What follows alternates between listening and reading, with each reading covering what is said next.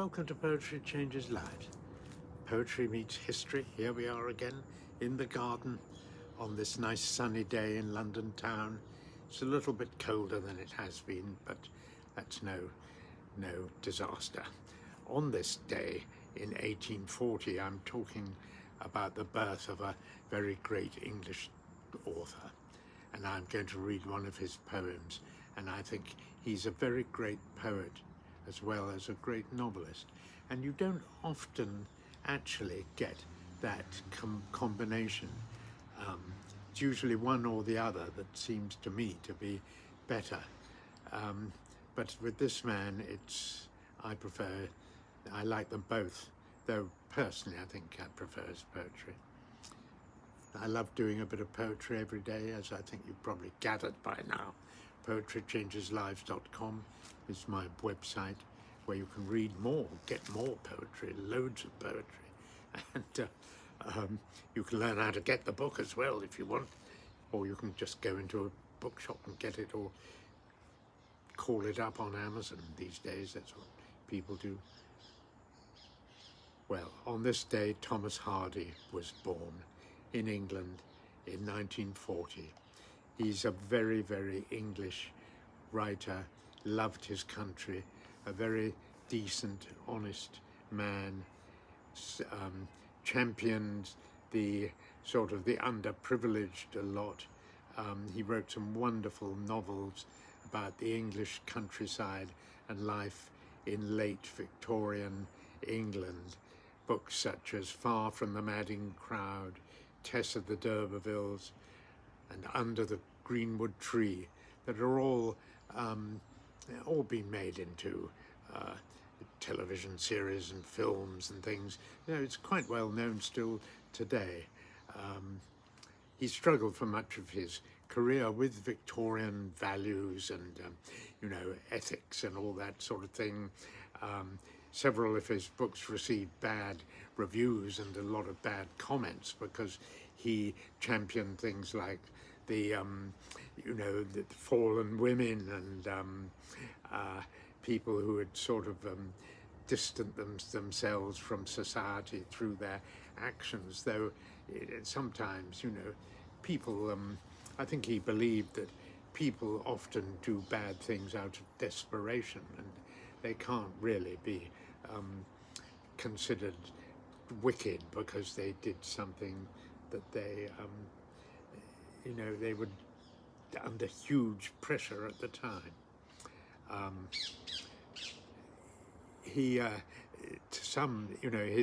book Tess of the D'Urbervilles had to be sold in brown paper bags at one time because people were so sort of critical of its stance about sex and religion and that kind of thing, very out of tune with the late Victorian respectability.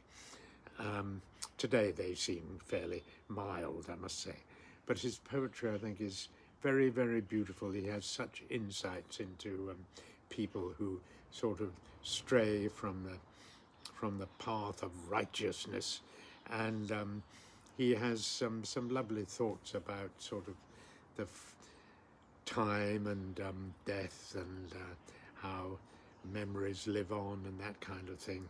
I'm going to read one of his poems now called Places, which I think is very profound actually, and very sort of calm and peaceful, but it has some great truths in it as well. See what you think of this. Places by Thomas Hardy. Nobody says, "Ah, that is the place where chanced in the hollow of years ago what none of the 3 towns cared to know. The birth of a little girl of grace, the sweetest the house saw, first or last. Yet it was so on that day long past. Night, morn and noon, nobody calls to mind that here, upon Bottrell Hill, where the carters skid, with cheeks whose airy flush outbid fresh fruit in bloom, and free of fear, she cantered down as if she must fall, though she never did, to the charm of all. Nay, then one there is to whom these things that nobody else's mind calls back have a savour that scenes in being lack, and a presence more than the actual brings. To whom today is beneath and stale, and its urgent clack but a vapid tale. I think he's talking there about the fact that some of his memories are more beautiful and real and welcome in his head than actually facing reality, which in his older and wiser years he finds sometimes very difficult.